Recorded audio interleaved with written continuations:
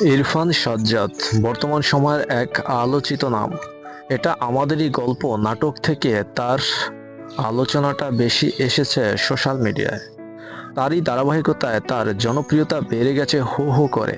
এ অভিনেতা এখন নাটক জগতে নিয়মিত দর্শকদেরকে উপহার দিয়ে যাচ্ছেন একের পর এক দারুণ চমক। নাটক যে বাদন যায় না সেরা আসছে খুব শীঘ্রই। একটি পরিবারের গল্প যেখানে সম্পর্কই সবচেয়ে বড় সত্য, ভালোবাসা, ত্যাগ আর না সেরা বাদনের এক আবেগঘন যাত্রা। যে বাদন যায় না সেরা।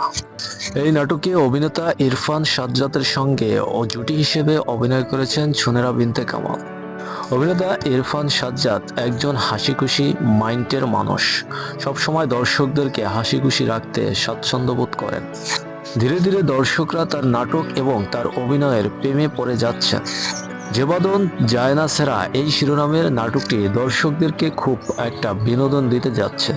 নাটকটি আসছে খুব শীঘ্রই রঙ্গন এন্টারটেনমেন্ট ইউটিউব চ্যানেলে।